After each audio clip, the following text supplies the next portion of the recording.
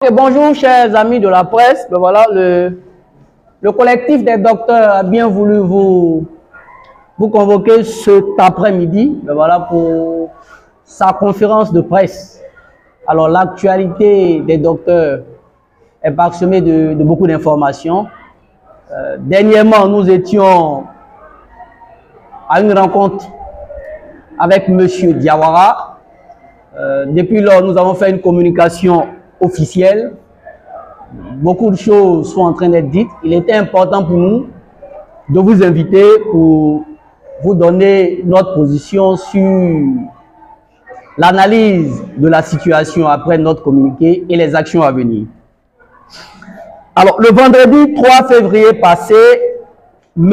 Adama Diawara a invité le collectif à des échanges. Au cours de cette rencontre, qui a été en réalité un monologue, il a informé la presse et les docteurs du lancement d'un concours de recrutement de 675 assistants.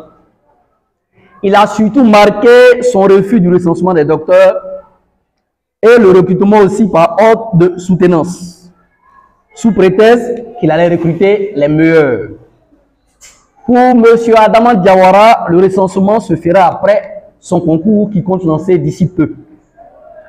Le collectif s'interroge sur cette méthode de M. Adama Diawara à s'attacher à ce mode de recrutement dont les incohérences sont notoires.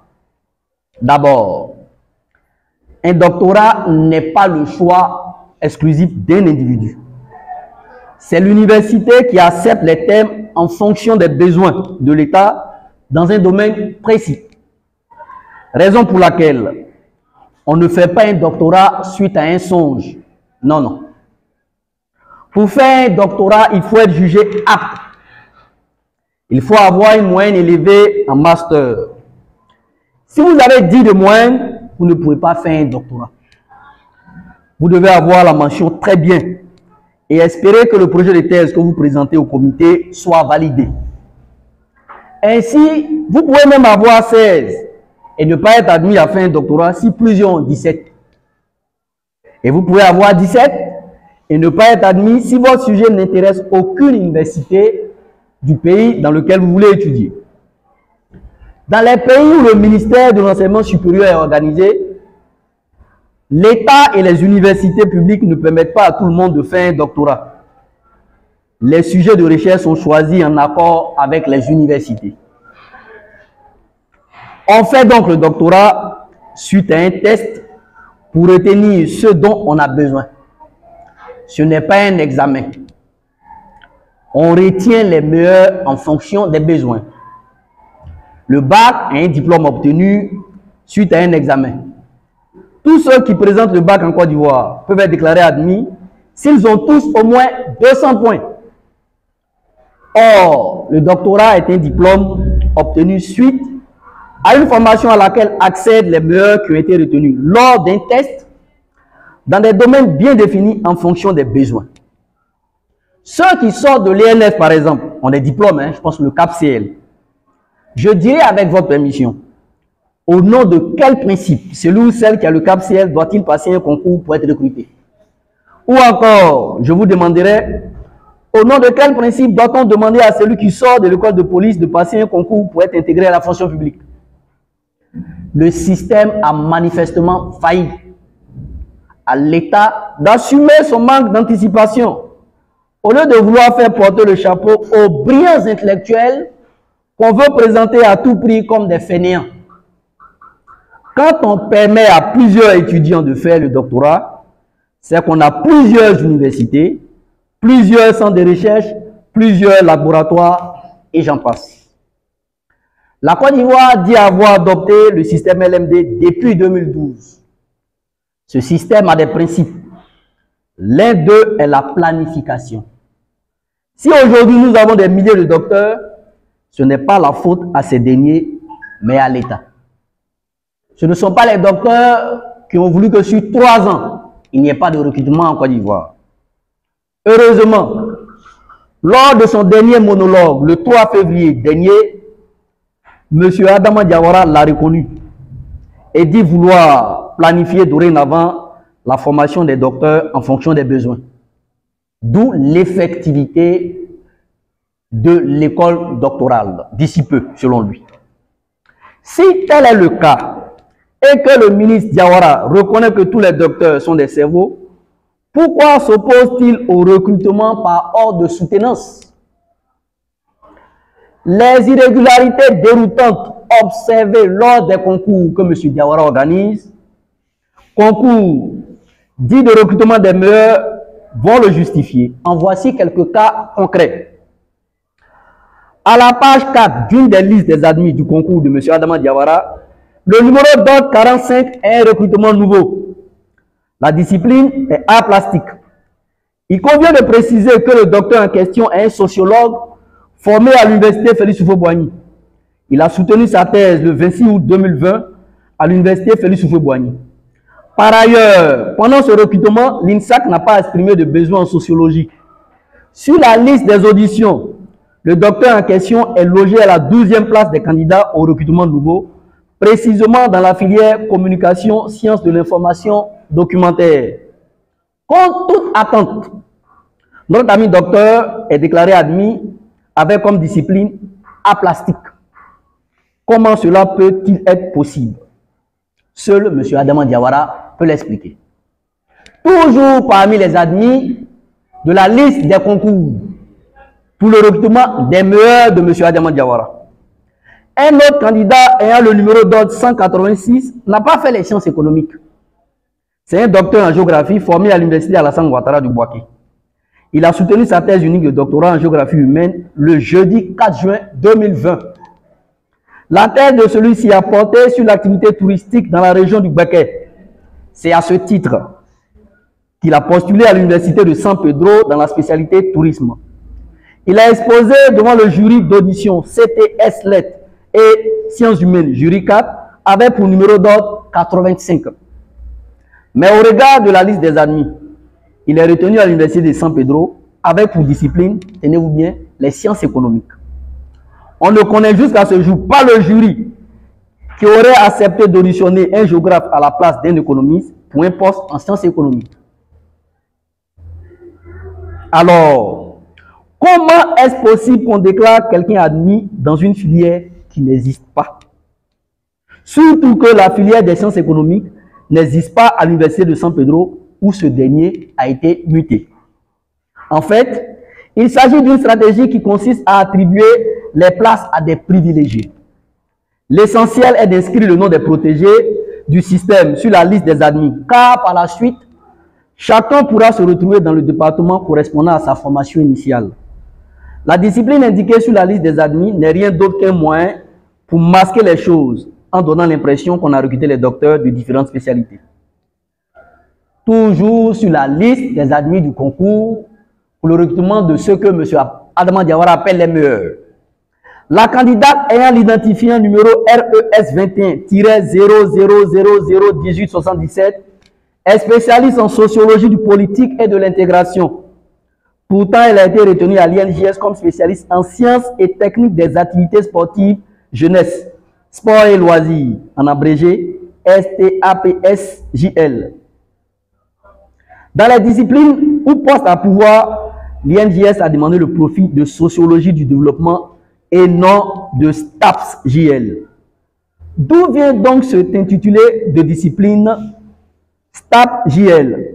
Il vient d'être ajouté en fait, disqualifiant ainsi les spécialistes en la matière. En outre, le fait de n'avoir pas intitulé précisément cette spécialité telle que libellée sur la liste finale a conduit plusieurs sociologues à s'y inscrire alors qu'ils ne le devraient pas. En réalité, cette discipline est une discipline fourre-tout, où les postes sont réservés à des privilégiés de spécialités diverses. Cette nouvelle spécialité est donc attribuée pour légitimer des recrutements à l'INJS. De ce fait, elle occupe le poste d'un docteur spécialiste de la question, qui a été bien évidemment laissé sur le carreau. Un autre sociologue, décidément les sociologues, est admis à l'INJS dans les mêmes conditions que la candidate précédente. Il s'agit du candidat numéro RES 21-00000338 avec le même titre de docteur en sciences et techniques des activités sportives, jeunesse, sport et loisirs. Il convient de préciser qu'il a soutenu sa thèse de doctorat unique en 2020. Il est spécialiste en sociologie du développement et a travaillé sur la question des migrations en Afrique. À l'université Félix Houphouët-Boigny, il n'y a pas eu d'appel à candidature en sociologie, mais elle a été déclarée admise avec comme discipline la technopédagogie, qui est une discipline de sociologie. Il convient de préciser que cette spécialité n'existait pas dans la liste des filières dans lesquelles les docteurs pouvaient postuler, notamment à l'université Félix Houphouët-Boigny. À l'IPNET, il n'y a pas eu de besoin exprimé en sociolinguistique, mais contre toute attente, un candidat y a été retenu. On se demande à quel moment ce candidat a-t-il fait son audition, si aucun jury n'a été constitué à cet effet. À San Pedro également, 2 candidats ayant mon numéro RES 21 00 00 379 et RES 21 00 00 10 23 ayant postulé en lettres modernes ont été retenus en sciences de la communication, alors que aucun des 23 spécialistes en communication n'a été retenu. Un autre docteur, anciennement professeur au lycée classique de Bouaké, ne figure sur aucune liste officielle proclamée des admis.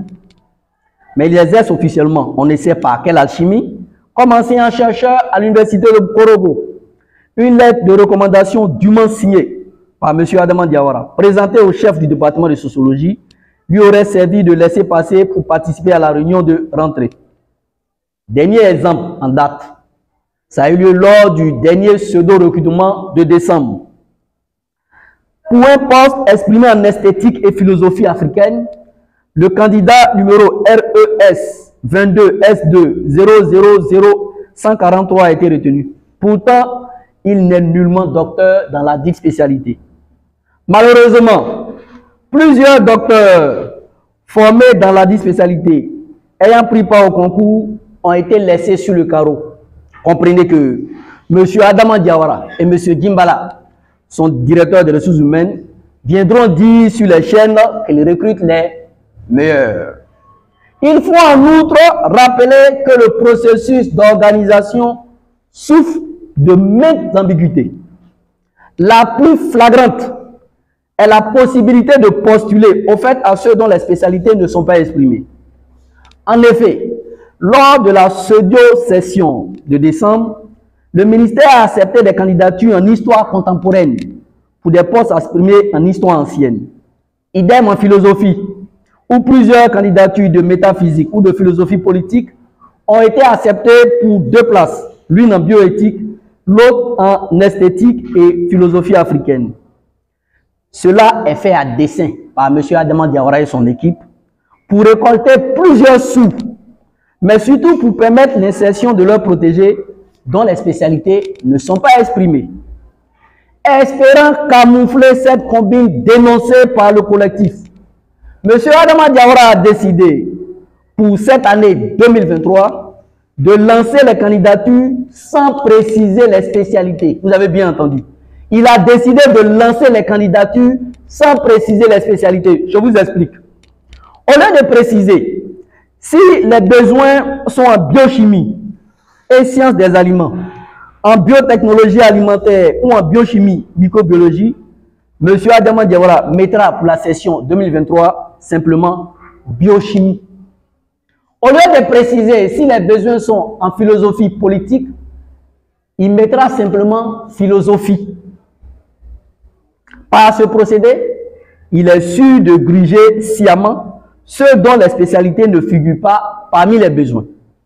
En effet, si ces derniers sont informés de l'absence de leur spécialité, ils ne prendront pas part au concours et ne vont logiquement pas payer les 50 000 francs auxquels M. Adama Diawara tient tant.